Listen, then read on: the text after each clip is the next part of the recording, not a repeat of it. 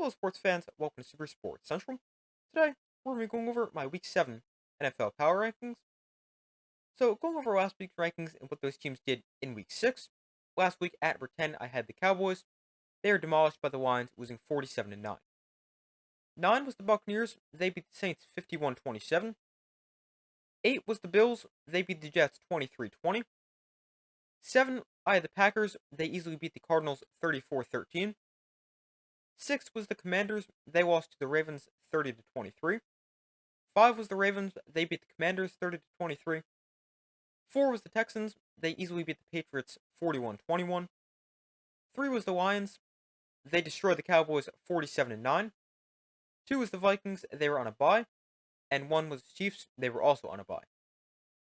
But getting into this week's rankings and beginning things at number 10, I've got the Chicago Bears. So the Bears come in at number 10 after they beat the Jaguars by a score of 35-16 in London. The Bears' offense was great. Caleb Williams looked really good with 4 touchdown passes. Cole Kmet had 2 touchdowns, as did Keenan Allen. The Bears also ran the football very effectively, rushing for 152 yards and a touchdown. And then the Bears' defense once again looked good, and they continued to play well as they have all season. But the Bears, they're now 4-2. They've won 3 straight games, and I have them at number 10. Number 9, I have the Commanders. So the Commanders enter at number 9, falling 3 spots from number 6 to number 9, following their 30-23 loss to the Ravens. The Commanders' offense was good, and Jaden Daniels continued his great start to the season, throwing for 269 yards and 2 touchdowns. But the Commanders had no run game, as they ran for just 52 yards on 2.9 yards per carry, and their defense also was not good, as they allowed 30 points and 484 total yards, and the Commanders' defense continues to be a major weakness for this team. But the Commanders didn't play the worst game, they didn't play the greatest game either, and they fall to 4-2 on the season. I've got them ranked at number 9. 8th, I've got the Buccaneers. So the Buccaneers move up a spot to number 8 after they defeated the Saints 51-27. The Bucs' offense was great, and they became the first team to score 50 points in a game this season. And Baker Mayfield had a great game with 325 yards and 4 touchdowns, although he did throw 3 picks. Running back Sean Tucker also had a huge game with 136 yards and a touchdown, as well as 56 yards and a touchdown as a receiver. And then Chris Godwin played a great game with 11 catches for 125 yards and 2 touchdowns. Then defensively for the Buccaneers, it wasn't great, allowing 27 points and over 300 total yards. But the weird thing is, every single point the Buccaneers allowed came in the second quarter. But the Buccaneers, after a big win over the Saints, I have them at number 8. Number 7, I have the Bills. So the Bills enter at number 7 after a 23-20 win over the Jets. It wasn't the prettiest game for the Bills, but they did get the win. Josh Allen threw for 215 yards and had 3 touchdowns, 2 passing, 1 rushing. And running back Ray Davis was good, filling in for the injured James Cook, as he was the Bills' leading rusher with 97 rushing yards, and also the Bills' leading receiver with 55 receiving yards. And on the topic of receivers, the Bills actually traded for Amari Cooper while I was working on this video, so that gives them a true number 1 receiver and should make this offense a lot better. But Amari Cooper and the Bills enter at number 7. Number 6, I have the Packers. So the Packers come in at number 6 after a dominant 34-13 win over the Cardinals. This was a great game for the Packers, and they were really in control the entire way. Jordan Love threw for 258 yards, 4 touchdowns, and an interception. Packers also ran the football very effectively, rushing for 179 yards. And then the defense was also very good for the Packers, forcing 3 turnovers and allowing just 13 points.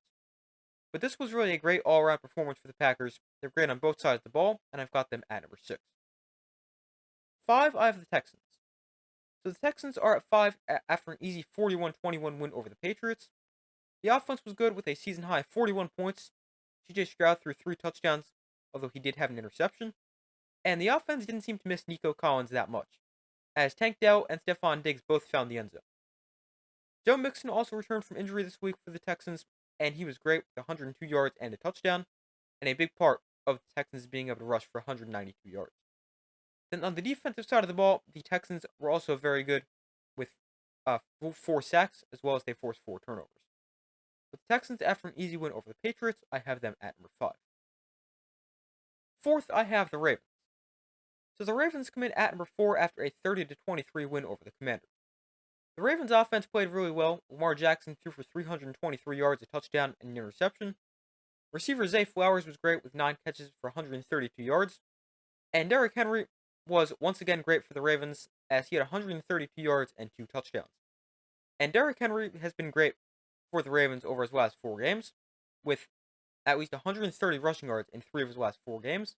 Plus, he leads the NFL in rushes, rushing yards, and rushing touchdowns. Then defensively for the Ravens, they played pretty well against a great Commanders offense. And the Ravens, after their poor 0-2 start, have now won 4 in a row and are looking like a contender in the AFC. And I have the Ravens ranked at number 4. Number 3, I have the Lions. So the Lions are at number 3 after a dominant 47-9 win over the Cowboys. And the Lions, they really did everything in this game. They scored 47 points, had almost 500 yards of offense. Plus, at the end of the game, they had some fun. As they tried to get left tackle Taylor Decker a touchdown, they ran a hook and ladder with Penei Sewell, and also lined up their 6th lineman, Dan Skipper, as a wide receiver. And this is all after the Lions lost in Dallas last season because their lineman didn't report as eligible. But this was a great game for the Lions. Jared Goff threw for 315 yards and 3 touchdowns. The Lions ran for 184 yards and another 2 touchdowns. And the defense was dominant, not allowing a single touchdown, forcing 5 turnovers, and allowing just 3.9 yards per play. Now, the only bad thing for the Lions this week is they lost Aiden Hutchinson to a brutal broken leg injury, and hopefully he can have a speedy recovery. But the Lions, after absolutely destroying the Cowboys, I have them at number 3. Number 2, I have the Vikings. They were on a bye, but with the Vikings being ranked at number 2, I actually have every single NFC North team in my top 10. As the Bears are at number 10, the Packers are at 6, the Lions at 3, and the Vikings at number 2. But the NFC North looking like the best division in the NFL. The Vikings, the best team in the division. I've got them at number 2. And after their bye week, next week they face the Lions. And my number 1 team remains the Chiefs. They were on a bye. Next week they face the 49ers. But those are my Week 7 NFL Power Rankings. Thank you guys for watching. Be sure to like this video, subscribe, turn notifications so you don't miss any other upcoming videos. I do my best to put as often as possible, and I will see you in the next video.